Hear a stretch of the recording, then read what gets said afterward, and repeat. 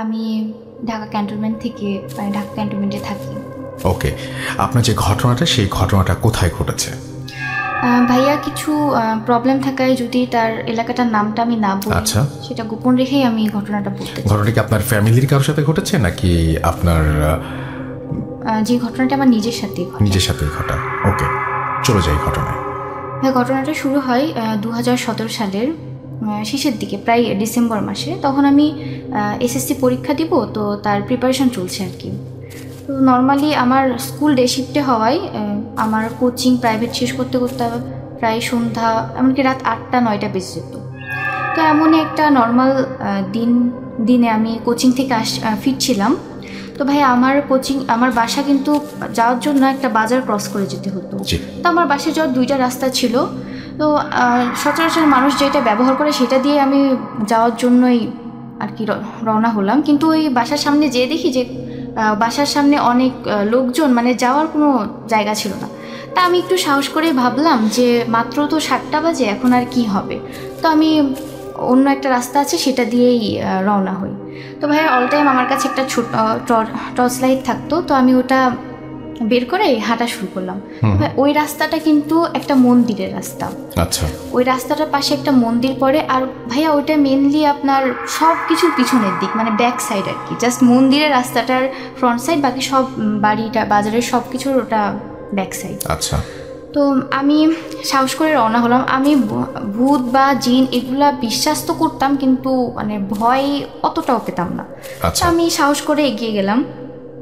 ওই মন্দিরের ভিতরে আপনার 2টা বড় বড় গাছ ছিল। একটা ছিল জবা গাছ আর একটা শিউলি গাছ। শিউলি গাছের একটা বেশ মোটা সোটা ডাল মন্দিরটা ক্রস করে মানে বাইরে বের হয়ে আসছে।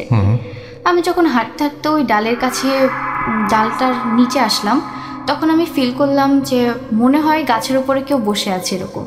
তা আমি ফার্স্টে মনে করলাম যে থাকতেই পারি, এলাকার হয়তো কোনো ছোট বাচ্চা শয়তানি করে ওখানে বসে আছে।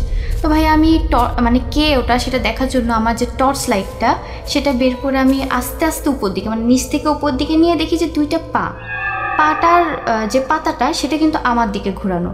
আমি ভাবলাম যে ঠিক আছে, ফেসটা দেখি বাচ্চাটা কে। তো আমি আরেকটু টর্চটা উপরের দিকে উঠাতেই দেখি যে বাচ্চাটার পিঠটা আমার দিকে ঘোরানো, মানে বাচ্চাটা পাটা উল্টা। তো এটা দেখে আমি কি রিয়াক্ট করবো আমি কিছু বুঝতে পারলাম না। আমার কি দৌড়ে পালানো উচিত বা চিৎকার করা উচিত নাকি, এরকম কোনো সেন্সই আমার মধ্যে কাজ করছিল না।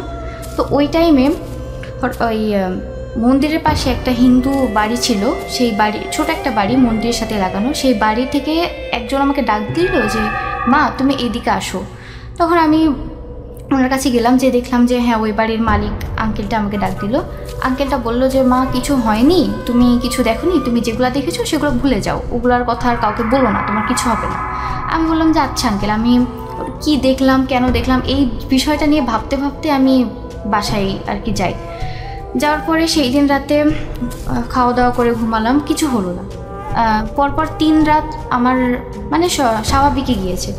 4র্থ রাতে আমি রাত্রেবেলায়, আমার কিন্তু ভাইয়া নামাজ পড়ার একটা হ্যাবিট আছে, কিন্তু কোনো কারণে সেই দিন রাতে আমি এশারের নামাজটা পড়তে পারিনি। তো না পড়ে আমি ঘুমিয়ে যাই।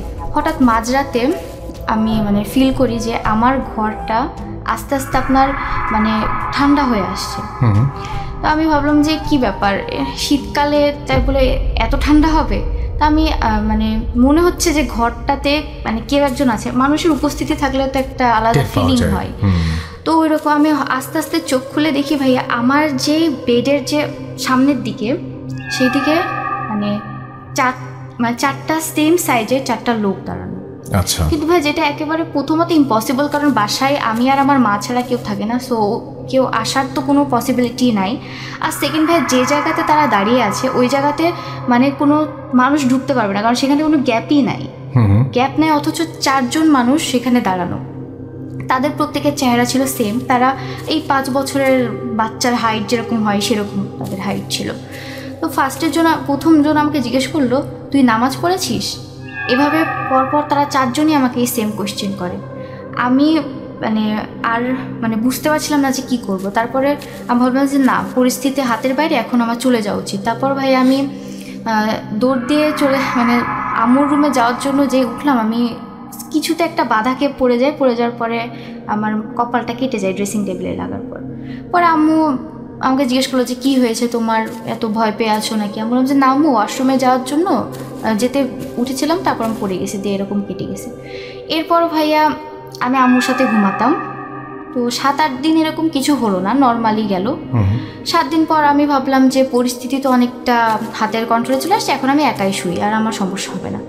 তো ভাই সেই দিন রাতেও আমি একাই ঘুমিয়েছিলাম। এরপর থেকে আমি আর লাইট বন্ধ করে ঘুমাতাম না, লাইট জ্বালিয়ে। ভাইয়া আমি ঘুমিয়েছি প্রায় মাঝরাতে, আমি স্বপ্নে দেখছি যে আমার মানে একটা কুয়ার পাশে একটা বাচ্চা শুয়ে আছে। তা আমি ভাবলাম যে বাচ্চা, মানে স্বপ্নে এগুলো হচ্ছে, স্বপ্নে আমি ভাবছি যে বাচ্চাটা কুয়ার পাশে কে রেখে গেল এভাবে, তো পড়ে যাবে তো কুয়াতে। আমি বাচ্চাটাকে যেই মানে ধরে সাইডে নিয়ে আসতে যাবো, অমনি বাচ্চাটা কুয়ার মধ্যে পড়ে যায়। আর এটা দেখে আমি চিৎকার করে লাফ দিয়ে ঘুম থেকে উঠি। ওঠার পর আমার সারা শরীর ঘামতে থাকে, আমি ভয় পাই। ভাই উঠে আমি বসে আছি, আমি কিন্তু সাইডে তাকাইনি, আমি কিন্তু একদম বেডের একদম কর্নারে। তা আমার মনে হচ্ছে যে আমার সাইডে কিছু একটা শোয়া। আমি আস্তে আস্তে মানে ঘোরের মধ্যে প্রায় সাইডে তাকিয়ে দেখি যে ওই সেম বাচ্চাটাই, যেটাকে আমি স্বপ্ন দেখেছি, ওই বাচ্চাটাই আমার পাশে শোয়া। এবং ওই একইভাবে মানে তাদের দৃষ্টি ছিল উপরে আমার ফ্যানের দিকে, এক দৃষ্টিতে বাচ্চাটা ফ্যানের দিকে তাকিয়ে আছে। আচ্ছা, আমি এই জিনিসটা নিতে পারছিলাম না, আমি কি করব।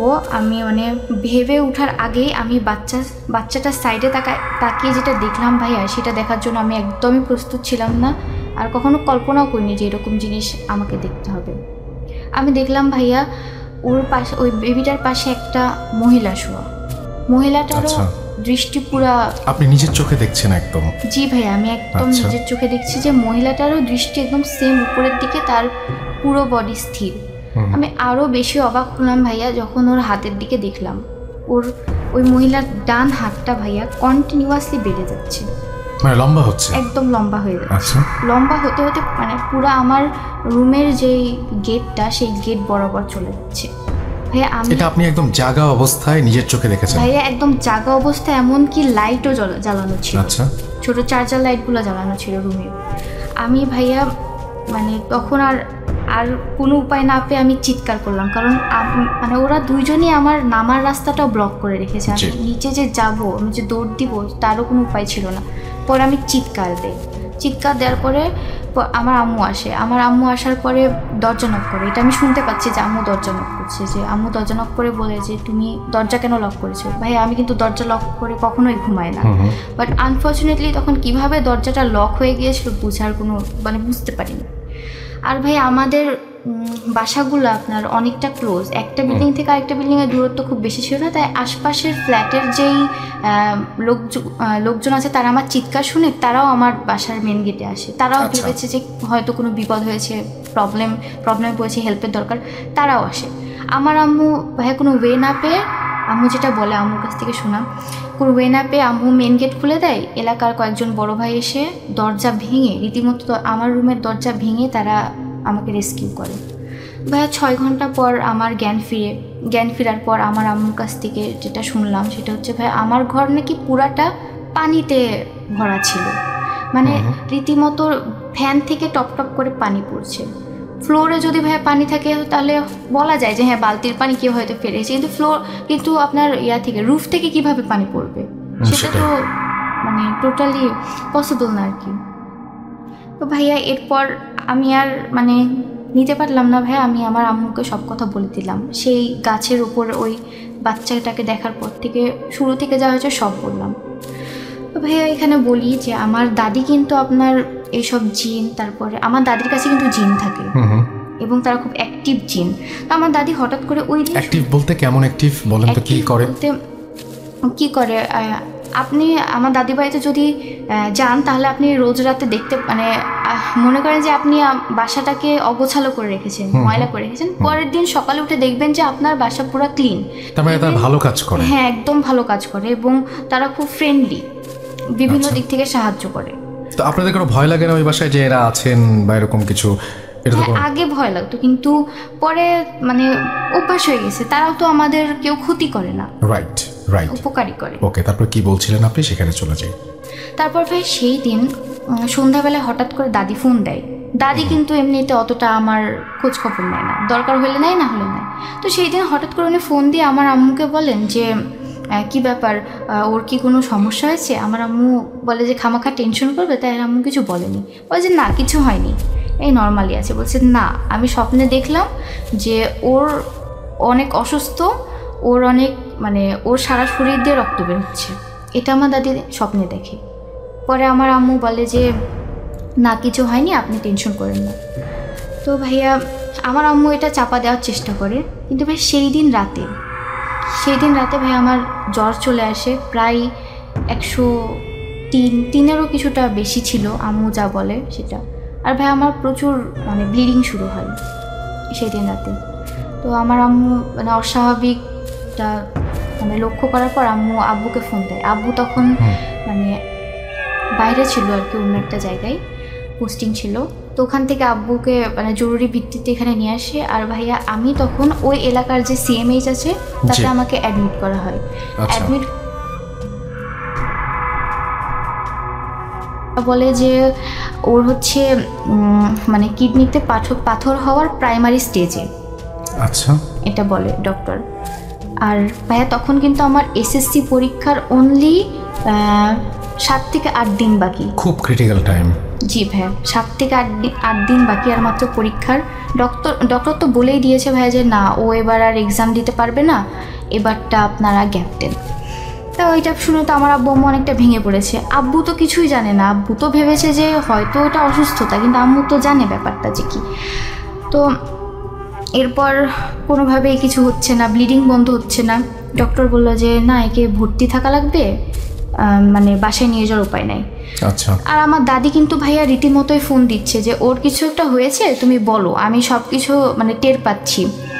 কিন্তু আমার আম্মু মানে কোনো ওয়ে না পেয়ে শেষমেশ বলল যে এরকম ও দেখেছে গাছের ওপর থেকে শুরু করে তারপরে ঘুমের মধ্যে এগুলা দেখে, তো এইসব ওর সাথে হচ্ছে, এখন কি করা যায়? তখন আমার দাদি বলল তুমি আগে কেন এইসব কথা বলোনি, তাহলে তো এত দূর বিষয়টা গড়াতো না। তখন আমার দাদি বলল যে আমি যেটা বলছি সেটা করো, আর আব্বুকে যেন কিছু না জানায়, এটা বলে। দাদি বলল যে তোমাকে হসপিটাল থেকে বাসায় নিয়ে যাও। তখন আম্মু বলে যে হসপিটাল থেকে বাসায় নিয়ে যাবো মানে ডক্টর যদি না রিলিজ করতে চায় আমরা কীভাবে নিয়ে যাবো? বলছে তুমি রিকোয়েস্ট করো। তখন আম্মুর রিকোয়েস্টে ডক্টর আঙ্কেল বললেন যে ঠিক আছে, এখন যেহেতু অনেকটা মানে কন্ডিশন একটু বেটার, হ্যাঁ বেটার, তো আপনি বাসায় নিয়ে যান, বাট আমরা ওকে ট্রিটমেন্টের ভিতরেই রাখবো। তখন আম্মু বললো যে ওকে, ওর বাসায় ওর ট্রিটমেন্ট হবে। আমাকে বাসায় নিয়ে গেল ভাইয়া, বাসায় নিয়ে যায়। তখন এটা কি আপনার দাদির পরামর্শে? জি, দাদির পরামর্শে। বাসায় যখন নিয়ে যায় তখন ভাই সন্ধ্যা ছিল। সন্ধ্যাতে বাসায় নিয়ে যাওয়ার পর দাদি ফোন দেয়, দাদি আম্মুকে ফোন দিয়ে বলে যে ওকে ফোনটা দাও, আমার সাথে একটু কথা বলবো। তারপর আমাকে ফোনটা দিল। আমাকে ফোন দিয়ে দাদি বলে যে দাদু যা হয়েছে এগুলোতে ভয় পাওয়ার দরকার নাই, আমি এখন তোমাকে যেটা বলি তুমি সেটা করো।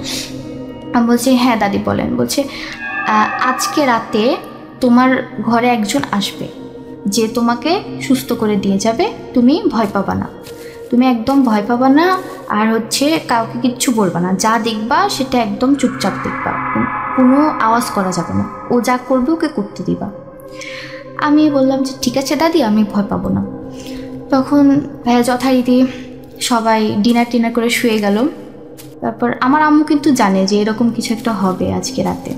তো ভাই আমি শুয়ে আছি, আমি তো অপেক্ষা করছি যে জিনিসটা কি, আমিও একটু দেখি। তো ভাই অনেকক্ষণ হলো কোনো রকম কোনো মানে কিছুই আন্দাজ করতে পারলাম না যে, তারপর আস্তে আস্তে কখন আমি ঘুমিয়ে পড়েছি আমার খেয়াল নেই। পরে প্রায় আপনার ফজরের আগ দিয়ে প্রায় 3টা বা 3:30 এরকম সময় হঠাৎ ভাইয়া আমি চোখ মেলতে দেখি আমার মানে ঘরটা ধোঁয়াতে মানে ভরে যাচ্ছে আস্তে আস্তে আস্তে আস্তে, অনেক কুয়াশা যখন একসাথে হয় যেরকম ওই রকমটা। পরে আমি সারা ঘরে একবার তাকালাম যে কি হচ্ছে। পরে ভাই আমি দেখি আমার মানে পায়ের দিকটায় মানে কুয়াশাগুলো জমাট বেঁধে আছে। আচ্ছা, জমাট বেঁধে আস্তে আস্তে সেগুলো একটা অবয়ব মানে একটা শরীরের আকার নিচ্ছে, একটা মানুষের আকার। পরে আমি মানে অনেক ভালো মতো সেই জিনিসটা লক্ষ্য করার পর দেখলাম যে ওটা একটা লোক, একটা মানুষে পরিণত হলো। একটা মানুষে পরিণত হলো।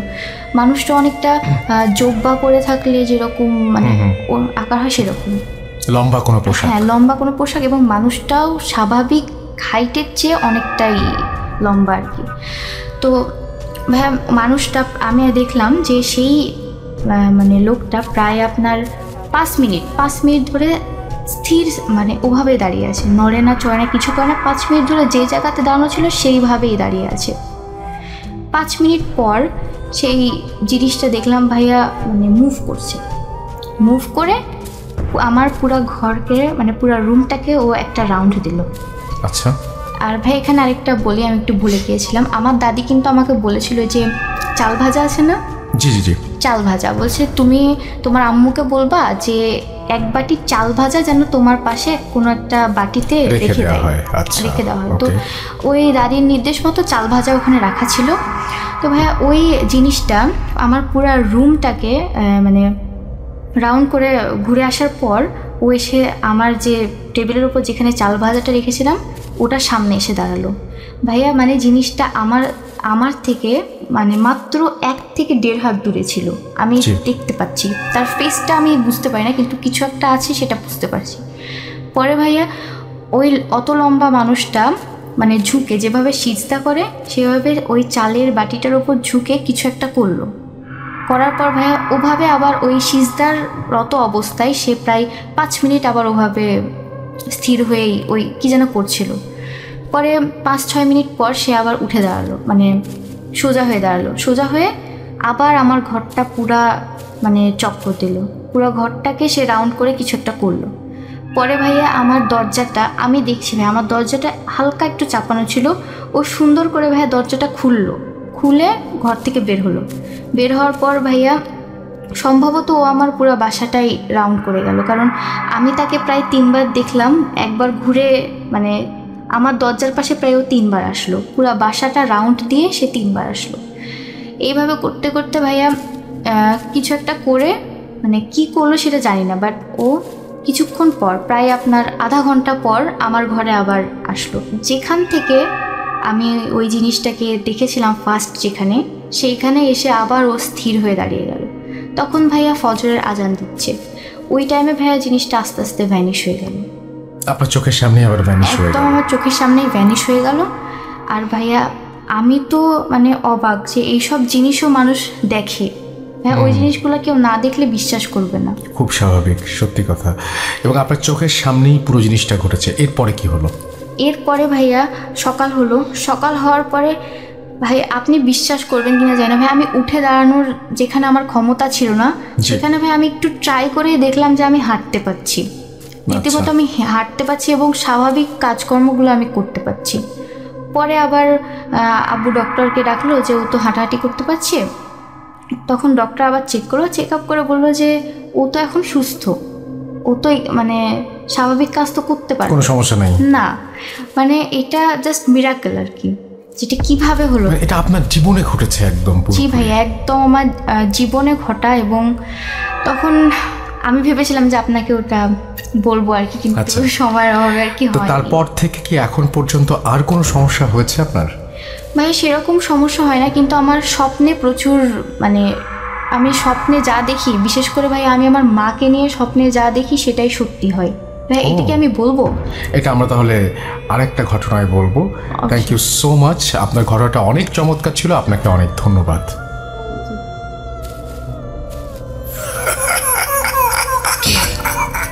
কে তুমি?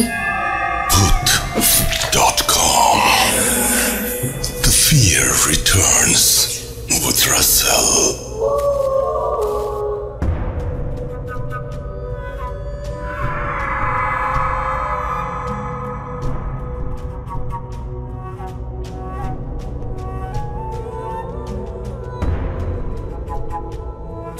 শুনছেন ভূত.com, আমি রাসেল আছি সাথে, এবং আশা করছি যে ভূত.com আপনারা এনজয় করছেন। এই মুহূর্তে আমার সঙ্গে আবারও আছেন মারুফ শুভ, এবং তিনি তার আরও একটি ঘটনা আপনাদের সাথে শেয়ার করবেন।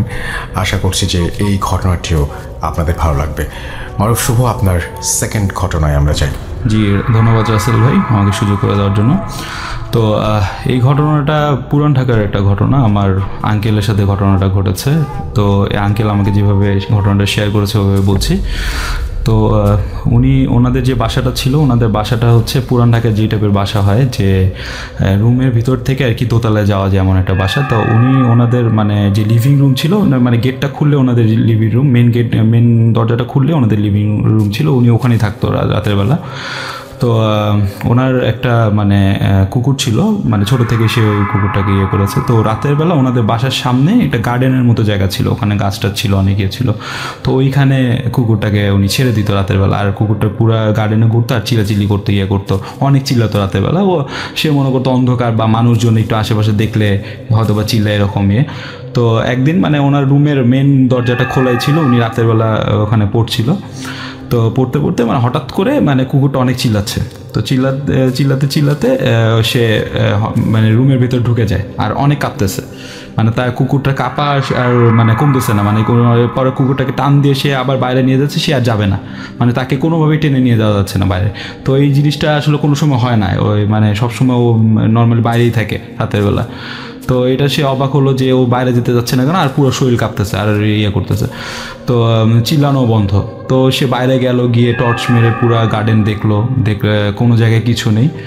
তো এমন সময় মানে কুকুরটাকে সে রুমের ভিতরে নিল। তো 1-2 দিন পরে তার বাসার যে সামনের বাসায় একজন ভদ্রমহিলা ছিল, সে তাকে ডেকে বললো আর বললো যে তোমাকে তো আমি রাতের বেলা মাঝে মাঝে ওই তোমাদের বাগানটায়, সামনে যে বাগানটা, ওখানে হাঁটাচলা করতে দেখি, রাত 1-2 বাজেও তুমি হাঁটো, তুমি ওখানে রাতের বেলা হাঁটাচলা করো না, এটা বললো। তো বলার পরে বললো যে কেন আন্টি, আমি তো কেন হাঁটবো না, এখানে কী সমস্যা, অসুবিধা কী?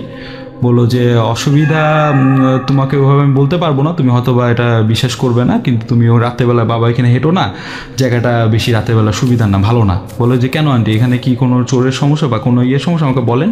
বলে না, কোনো সমস্যা নেই, তোমাকে আমি বললাম তুমি রাতেরবেলা এখানে এসো না, মানে তোমাদের গার্ডেনে বেশি হাঁটাচলা করো না রাতেরবেলা। তো সে এই বিষয়টা অবাক হলো। তারপর তার 2 দিন আগে আবার তার মানে কুকুরের সাথে এরকম একটা ঘটনা ঘটলো। তো সে কুকুরটা আর রাতেরবেলা বাইরে থাকতো না, তার রুমে ইয়ে করতো।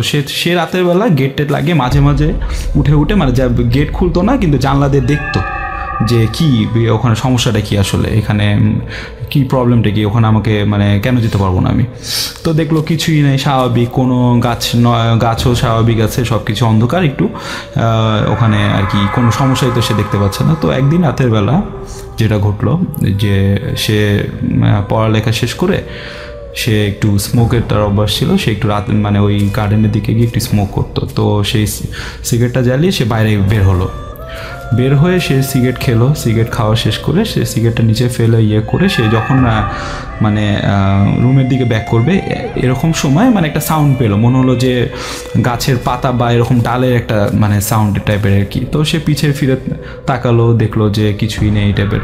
তো সে যখন হেঁটে হেঁটে রুমের দরজার ভিতরে গেল, তখন সাউন্ডটা আরও জোরে যখন হলো তখন সে বুঝলো যে না, সমস্যা একটা আছে, এখানে একটা কিছু আছে, কেউ একজন ঢুকেছে, ইয়ের বাউন্ডারির ভিতরে কেউ একজন ঢুকেছে, এটা মনে, সে ফার্স্টে চোর মনে করেছিল, চোর টাইপের কিছু। তো টর্চটা নিয়ে সে গেল সামনে, গিয়ে পুরো গার্ডেনের গাছ টাছগুলো চেক করলো, কিছুই নেই। তো একটা গাছের উপরে সে জাস্ট একটু লাইট মারার পর যেটা হলো যে মানে দেখলো যে একটা বিভৎস চেহারার একটা মহিলা দাঁড়িয়ে আছে, কিন্তু ওই মহিলা চেহারাটা রাসেল মানে অদ্ভুতভাবে, এটা সে আমাকে যেটা বলেছিল যে ওই যাকে যে মানে যে তাকে মানা করেছে, যে মহিলাটা ওনার বাসার সামনে যে মহিলাটা, সে যে তাকে মানা করেছে তুমি গার্ডেনের মধ্যে যেন, তার মতো দেখতে, কিন্তু একটু বিভৎস চেহারাটা। তো এটা দেখে সে ভয়ে সে দৌড় দিয়ে রুমের ভিতরে চলে আসে। তো চলে এসে গেটে লাগিয়ে তার বাসার তার আব্বু আম্মুকে ডাক দিয়ে বলে যে আমি এরকম দেখেছি। তো স্বাভাবিকভাবে রাতের বেলা তারা বললো যে আচ্ছা তুমি দেখেছো, আমরা এটা বিশ্বাস করলাম, কিন্তু তুমি এখন আমাদের এখানেই ঘুমাও, তুমি ভয় পেও না এখন। পরের দিন সকালবেলা এই বিষয় নিয়ে কথা বললো যে এই ঘটনা, আমি এই জিনিস দেখেছি। দেখার পর ওই সামনে বাসে ওই মহিলা উনি যে ছিল, ওনাকে গিয়েও বললো যে আন্টি আপনি তো আমাকে বলেছিলেন আমি এরকম গার্ডেনে দেখেছি। পরে সে তখন বললো যে হ্যাঁ আমি তো এরকম তোমাকে আগেই বলেছিলাম যে গার্ডেনের ওদিকে যেও না, রাতের বেলা হাঁটাহাঁটি করো না, ওখানে আমি একটা প্রবলেম আছে, আমি এটা বুঝতে পেরেছিলাম একদিন। তোমরা তো কথা ইয়াং ছিল, তোমরা তো বোঝো না, আমি তোমাকে মানা করার পর তুমি কেন বের হলে? পরে ওনার আব্বু আম্মু যে ওনার সাথে গিয়েছিল, তারা বললো যে এখানে সমস্যাটা কি দেখেছেন আপনি? পরে সেও বললো যে আমি এরকম গাছের মধ্যে একটা মহিলাকে, মানে গাছের নিচে দেখেছে, সে আবার একটা মহিলাকে বসে থাকতে দেখেছি, অস্বাভাবিকভাবে আচরণ করছিল। তো এটা যখন ওই আন্টিও যখন বললো, তো তার বাবা মা এটা বিশ্বাস করলো। বিশ্বাস করার পরে তারা মানে তাদের মানে ওই বাসায় তারা মানে বেশি দিন থাকেনি, মানে ওটার নিজেদের বাসা ছিল না, মানে ভাড়া ছিল। মানে অনেক ওই পুরান ঢাকা ওই ধরনের বাসাগুলো যে পুরান আমলের একটু জমিদার টাইপের বাসাগুলো, একটু মোটা দরজা মোটা ওয়াল এই টাইপের বাসা। ওরা মানে যে আসল মালিক সে একজন উকিল ওই বাসায়, সে এখন মানে ওখানে থাকে না, সে অন্য জায়গায় আর কি। পরে তারা ওনাকে বলে যে আমরা এরকম প্রবলেম আমরা এই বাসায় ফেস করেছি, আমরা এই বাসায় থাকতে পারবো না। পরে এটা বলে ওই বাসা থেকে তারা চলে আসে আর কি। তারপরে ওই জিনিসটাকে তারা দেখেনি, কিন্তু মানে এটাই তার জীবনের একটা অনেক ভয়ানক ঘটনা সে আমার সাথে শেয়ার করেছিল। এটাই। ধন্যবাদ, অনেক ধন্যবাদ আপনাকে। এবং মারুফ শুভ, কষ্ট করে আমাদের স্টুডিওতে আসার জন্য ধন্যবাদ। এবং আশা করছি যে আগামী তো আপনাকে পাবো। আপনাদের সবাইকেই বলবো যে আপনাদের জানা এবং আপনাদের শোনা বা আপনাদের জীবনে ঘটে যাওয়া সেরা ঘটনাগুলো পাঠিয়ে দিন আমাদের কাছে। এবং মারুফ শুভ, আপনি অনেক ভালো থাকবেন। ধন্যবাদ স্যার।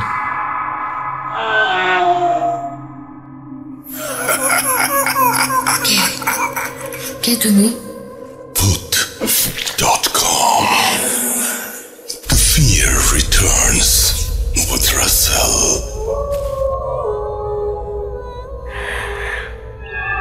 Welcome back. আপনাদের সবাইকে আরও একবার স্বাগত জানাচ্ছি। আমি রাসেল। আপনারা শুনছেন Bhoot.com স্বাধীন অ্যাপে।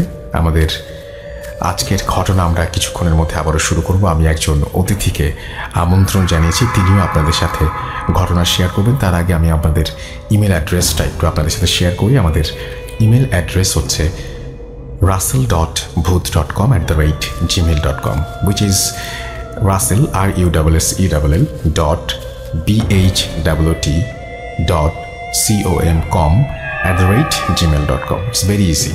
আর আমাদের দুটো ফেসবুক পেজ Bhoot.com নামে রয়েছে, এবং আমাদের Bhoot.com একটা গ্রুপও খোলা হয়েছে, যেখানে আপনারা আপনাদের ঘটনা শেয়ার করতে পারবেন, আমাদের নেক্সট প্ল্যান সম্পর্কে জানতে পারবেন, আমরা কোথায় যাচ্ছি, কি করছি, কারা আসছেন, আমরা ছবি শেয়ার করব, আমরা লাইভে এসে আপনাদের সাথে সরাসরি কমিউনিকেট করব, আপনাদের সাথে কথা বলবো, সেই ধরনের প্ল্যানও রয়েছে।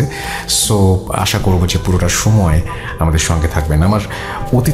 আমাদের আজকের অতিথি আমার পাশেই বসে আছেন। আপনার নামটা প্লিজ একটু বলবেন, তারপর আপনি কোথা থেকে এসেছেন সেটা একটু বলবেন, তারপরে আপনার ঘটনায় যাব। আসসালামু আলাইকুম। ওয়ালাইকুম সালাম। হ্যালো ডিয়ার লিসেনার, আমি হচ্ছে মোহাম্মদ আশিকুর রহমান। আমি আসছি মিরপুর মাজার রোড থেকে। আচ্ছা।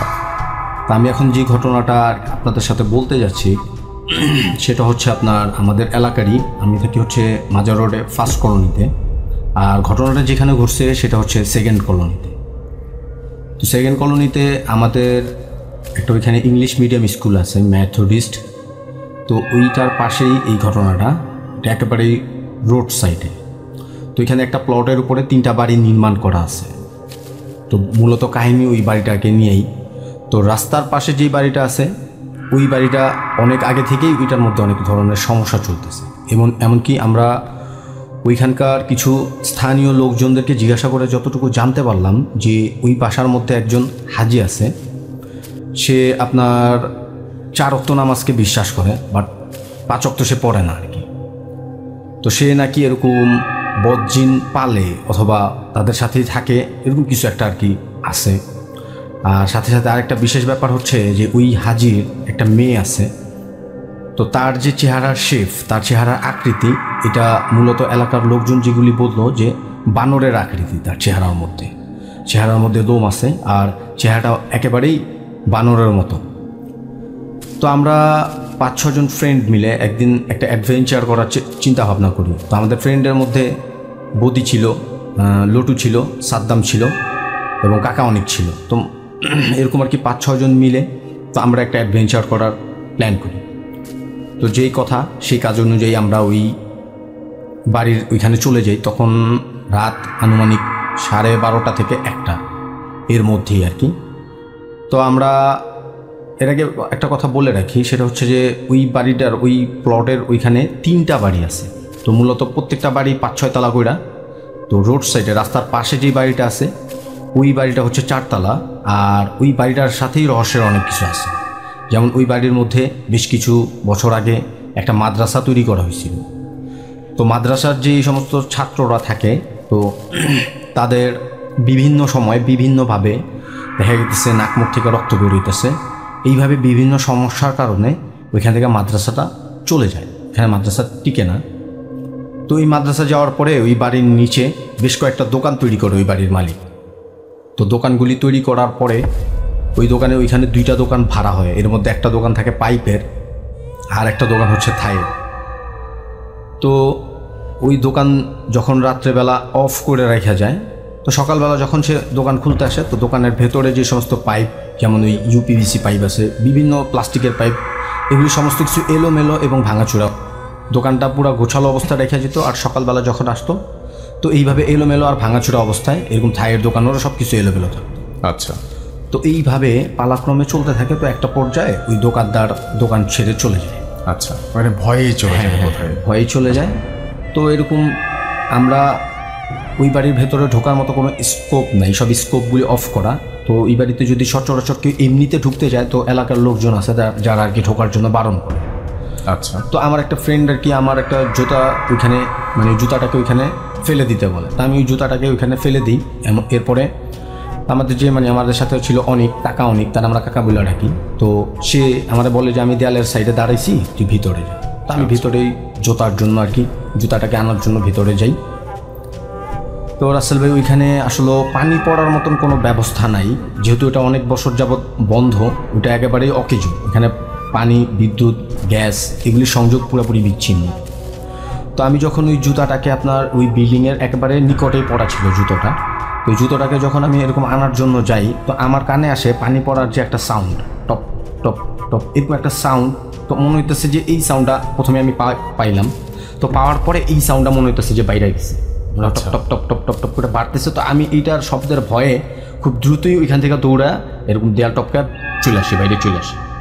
তো বাইরে চলে আসার পরে এলাকার একজন লোকের সাথে দেখা হয়ে যায়। তো ওই লোকটা মুরব্বী আমাদেরকে বলতেছে যে এখানে কেন ঢুকছো, এখানে কি কারণে ঢুকছো, এখানে তো ভালো না, এই জায়গা ঢুকলে সমস্যা হয়।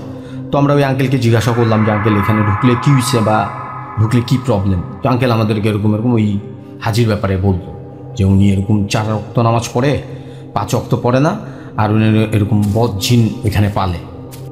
এরপর আরও বিস্তারিত তার মেয়ের ঘটনায়, তারপর ওই বাসার মধ্যে কোনো বাচ্চা কাচ্চা বল টল কুড়াইতে গেলে ওরা ওই মেয়েকে এরকম উত্তেজিত করে দেয়, তারপর ওই হাজি তাদেরকে এরকম মারধর করে। তো ফাইনালি ওনার সাথে কথা বলে আমরা ভেতরে আরও 2টা বাড়ি আছে, ওই দুইটাই 5-6 তলা কইরা। তো ভেতরে একেবারে মাঝখান পর্যায়ে যেই বাড়িটা আছে, ওই বাড়িতে 3 তলায় শুধু একটা লাইট জ্বলে, বাকি পুরা বাড়ির আর কোনো ফ্ল্যাটে কোনো লাইট টাইট কিছু নাই। আর সবচেয়ে বড় আকর্ষণীয় বিষয় হচ্ছে যে আপনার বাসার ছাদের উপরে অনেক বড় একটা গাছ, যেটা পুরো বাসার ছাদটাকে এরকম বট গাছের মতনই, কিন্তু পুরো বাসার ছাদটা এরকম আটকা রাখছে, এত বড় গাছ। তো আমরা পুরো গলির মধ্যে যাই। তো গলির মধ্যে যাওয়ার পরে সাইডে আরেকটা বাসা আছে, ওই বাসাটার 2 তলায় সম্ভবত কিচেন রুম। তো ওইখানে একটা লাল 100 ওয়াটের সম্ভবত লাইটটা, তো ওইটা জ্বলতেছিল। তা আমাদের একটা ফ্রেন্ড ছিল, ও সাদ্দাম, ও একটা ফোনের মধ্যে ডিভাইস নিয়ে আসছে। হ্যাঁ, ওটা বলতেছে যে গোস্ট প্রোটেক্ট, এরকম একটা কিছু বলতেছে, একটা অ্যাপ।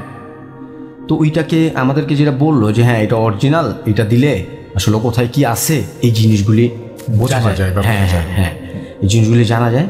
তো আমরা ওইটা নিয়ে ওইটার ধারাবাহিকতাই ওইখানে যাওয়া হয় আর কি আমাদের। তো ওই বাসার সামনে যখন আমরা যাই, তো ওই বাসার মধ্যে একটা 100 ওয়াটের লাইট জ্বলতেছিল, শুধু একটা ফ্ল্যাটই 2 তলায়। পাশে একটা অনেক বড় আর কি আপনার ওই হাসনা হেনা ফুল, সম্ভবত লাল ফুলগুলি আর কি। হ্যাঁ, তো ওই ফুল গাছ একটা আছে অনেক বড়, ঝোপঝাপ পুরা, আর পুরা নীরব ওই জায়গাটায়। 2টা বাড়ির মধ্যে কোনো ফ্ল্যাটে কোনো লাইট টাইট নেই, শুধু ওই ফ্ল্যাটটার মধ্যে লাইট জ্বলতেছে। তো আমার ওই ফ্রেন্ড যখন এরকম ওইখানে আমরা গেলাম, তো যাওয়ার পরে ওই ডিভাইসটাকে যখন অন করলাম, ডিভাইসের মধ্যে একটা সাউন্ড হয়, খুব একটা জোরালো, একটা হরর মুভির যে সমস্ত সাউন্ডগুলি আর কি, সে তো ওই সাউন্ডটা হইলো। হওয়ার পরেই ওইখানটার মধ্যে মৃদু একটা বাতাস আসলো, জাস্ট ওই এরিয়ার মধ্যে যেখানে আমরা অবস্থান করছি। আমরা সব ফ্রেন্ডরা একটু ঘাবড়াই গেছি বিষয়টা। আর ওইখানে যখন বাতাসটা আসছে, সাথে সাথে ওই কিচেন রুমের যে লাল লাইটটা ছিল ওইটা কয়েকবার আপ ডাউন করতেছে। আচ্ছা, হ্যাঁ, মূলত এই লাইটগুলি এরকম আপ ডাউন করে না, টিউব লাইট হলে ওগুলি একটু আপ ডাউন করে, কিন্তু এই লাল লাইটটা অনেকবার 5-6 বার প্রায় আপ ডাউন করছে। তো করার পরে আমরা সবাই একটু ভীত সশস্ত্র হয়ে গেলাম, ভয়ে আর কি। হ্যাঁ, তো আমাদের সাথে একটা ফ্রেন্ড ছিল লটু, ওর নাম হচ্ছে লটু। আমরা ও খুব বেশি ভয় পেয়ে গেছে, ও বলতেছে যে চল এখানে আগুন জ্বালা, নাইলে হয়তো কোনো বিপদ ঘটতে পারে। আচ্ছা হ্যাঁ, তো আমরা ভয়ের কারণে একটু সামনের দিকে অগ্রসর হই। তো সামনের দিকে অগ্রসর হওয়ার সময় রাস্তার ওই গলির মধ্যেই হাতের ডানে দেয়ালের মধ্যে আর কি বাউন্ডারির মধ্যেই আরেকটা বাড়ি সাদা রঙের। তো ওই বাড়ির একেবারেই 5 তলার উপরে একটা টিউবলাইট জ্বলতেছে। তো আমরা যখন 4-5 জন মিলে ওই লাইটটা ক্রস করতে যাব, যখন ক্রস করলাম তখন ওই লাইটটা নিভে গেছে। তো আমরা সবাই যখন ওই লাইটের সোজা রাস্তা ক্রস করে ফেলছি, লাইটটা আবার জ্বলে উঠছে। তো জ্বলার পরে আমরা সামনের দিকে যাওয়ার পরে 2 জন মানে সিকিউরিটি গার্ডকে ওইখানে দেখি। তো ওইখানে আমাদের আমরা যে ক্যামেরাটা নিয়ে গেছিলাম, তো আমাদের ওই ক্যামেরাটার মধ্যে বাংলা ভিশনের একটা লোগো লাগানো ছিল। তো আমরা ওই সিকিউরিটি গার্ডরে জাস্ট এই লোগোটা দিয়ে একটা ভয় দেখায় আমরা আর কি বিষয়টা জাস্টিফাই করার জন্য তারা জিজ্ঞাসা করতেছি যে আঙ্কেল এখানে কী হয় বা এটা কেন এরকম। তো ওই সিকিউরিটি গার্ড কিছুতেই বলতে চাইতেছে, মানে বলবেই না। সে বলতেছে যে আমরা যদি আপনার কাছে এই বাসার ব্যাপারে অথবা এখানকার ব্যাপারে কোনো কিছু বলি, তাহলে আমাদের উপরে পরবর্তীতে একটা সমস্যা চলে আসবে। মানে সেটা কি তার চাকরিগতভাবে সমস্যা নাকি ওই বাসা থেকেই কোনো একটা সমস্যা? হ্যাঁ, ওই বাসাতেই যেগুলি আছে তারা সমস্যা। হ্যাঁ, তারা এর আগে একজন নাকি বলছিল এরকম ঘটনা। তো তাকে ওই পাশে একটা ভাঙা দেয়াল আছে, তো তারে মাঝরাতে মারধর করে ওই ভাঙা দেয়ালের ওপরে ওইখানে মাইরা ফেলা রাখছে। আচ্ছা, তো এই জন্য আর কি তারা বলতে চায় না। তো আমরা এটা দেখার পরে আমরা ওইখান থেকে চলে আসি। এরপরেও আসলে যাওয়ার কথা ছিল, কিন্তু আমরা আর যেতে পারিনি। আচ্ছা, তো এইটুকুই ছিল আপনার প্রথম ঘটনা। বা চমৎকার। আমরা মাজার রোডের একটা ঘটনা শুনলাম এবং আশা করছি যে এই ঘটনাটি আপনাদের ভালো লেগেছে। আপনাকে অনেক ধন্যবাদ আপনার এই ঘটনাটা শেয়ার করার জন্য।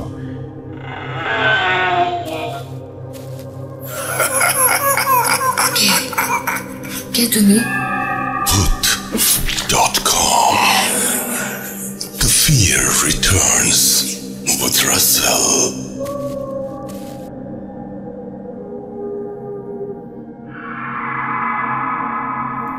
Welcome back. আপনাদের সবাইকে স্বাগত জানাচ্ছি। আমি রাসেল। শুনছেন Bhoot.com এবং আমি আরও একবার মনে করিয়ে দিই আমাদের ইমেল অ্যাড্রেসটা। আমাদের ইমেল অ্যাড্রেস হচ্ছে Bhoot.com এর যে ইমেল অ্যাড্রেসটা সেটা হচ্ছে russell.bhoot.com@gmail.com। বারবার ইমেল অ্যাড্রেস মনে করিয়ে দেওয়ার কারণটা হচ্ছে যেন আপনারা বেশি বেশি করে ঘটনা পাঠাতে পারেন এবং আপনার জীবনে জানা বা আপনার জীবনে ঘটে যাওয়া যে কোনো ঘটনা আমাকে পাঠাতে পারেন এবং সেই ঘটনাটির শুরুতে অবশ্যই একটু উল্লেখ করবেন যে ঘটনাটি আপনি স্টুডিওতে এসে শেয়ার করতে চান নাকি আপনি চান আপনার ঘটনা আমরা পড়ে শোনাই। যারা দেশের বাইরে রয়েছেন তারা অডিও ক্লিপ পাঠাতে পারেন বা লিখেও পাঠাতে পারেন ঘটনাটি।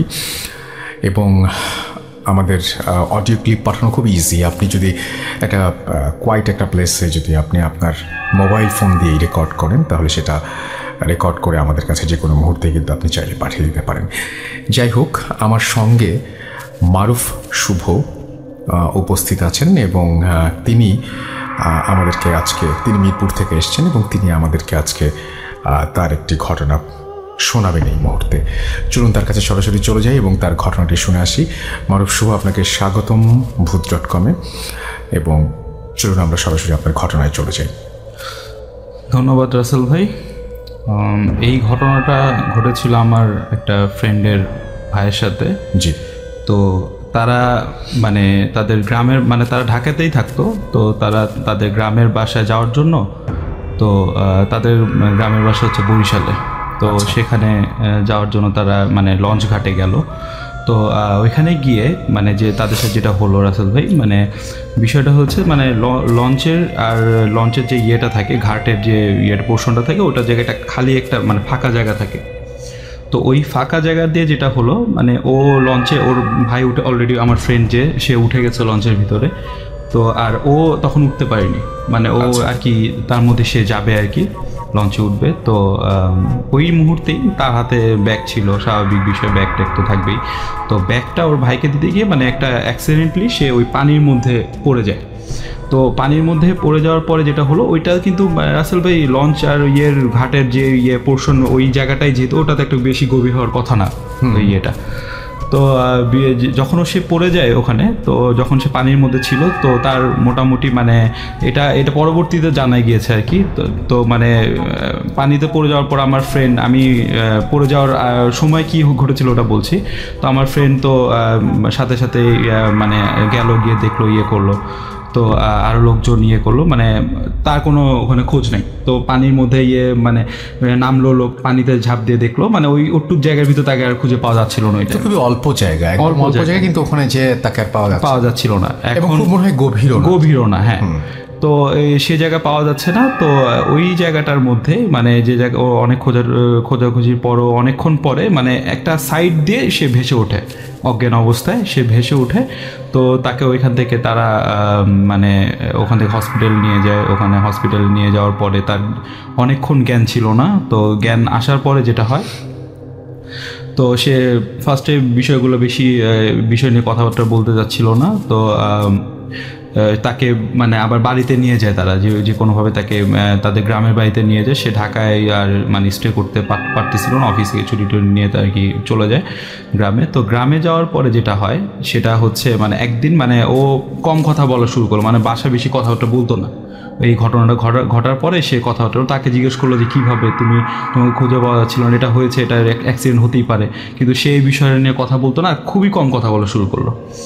তো এই জিনিসটা যখন হচ্ছিল তখন সে তারপর হঠাৎ করে একদিন মানে ওনার সাথে ওনার একটা কাজিন ছিল। তো রাতের বেলা সে একটা মানে চিৎকার দিয়ে ওঠে। তো যখন সে চিৎকার দিয়ে ওঠে তখন চিৎকার দিয়ে বললো যে আমি একটা মানে শ্যাডোর মতো সে রুমের মধ্যে দেখতে পাই। তো সেই দিন সে বাসায় সবাই আসে, এসে বললো যে কি দেখেছো তুমি বা কি হয়েছে ওইখানে। তো সে বললো যে আমি তো এতদিন তোমাদেরকে বলিনি, আমার সাথে আমি যখন পানিতে পড়ে গিয়েছিলাম ওই সময় আমার সাথে একটা অস্বাভাবিক ঘটনা ঘটেছিল। আচ্ছা। তো আর যেটা মানে ওর যে দাদা ছিল, সে দাদার সাথে অনেক ক্লোজ ছিল। আর সে গ্রামের বাড়িতে তার 2 বছর আগে সে মারা যায় আর কি, অনেক ক্লোজ ছিল। মানে সে গ্রামের থেকে যখন সে গ্রাম থেকে ঢাকায় আসে তখন মানে অনেক ক্লোজ যেটা বলে। তো মানে অনেক দাদাকে মিস করতো, মানে ওখানে বারবার চলে যেত গ্রামে। তো দাদা মারা যাওয়ার পরে সে আর কি অনেক দাদাকে মিস করতো বা অনেকে আর কি করতো, যে অনেক মানে কষ্ট পেয়েছিল এই বিষয়টা, মানে দাদা মারা যাওয়ার পর। তো সে যেটা বললো মানে যেদিন সে পানিতে পড়ে যায়, সেদিন পানিতে পড়ে যাওয়ার পর সে দেখতে পেয়েছিল, মানে যখন সে পানিতে পড়ে যায় তার এতটুকুই দেখলো যে মনে হলো যে মানে তার চোখের মধ্যে ভাসতেছে যে তার দাদাও কিন্তু, দাদার সাথে তার কিন্তু নানাও মারা গিয়েছিল। আচ্ছা। তো সব মৃত লোককে সে দেখতে পাচ্ছিল, মানে পানির ভিতরে মনে হচ্ছে যে তার পাশে তার দাদা আছে, মানে দাদি বেঁচে ছিল, নানা আছে, যারা আর কি আত্মীয় স্বজন ক্লোজ ছিল তখন দেখতে পাচ্ছিল।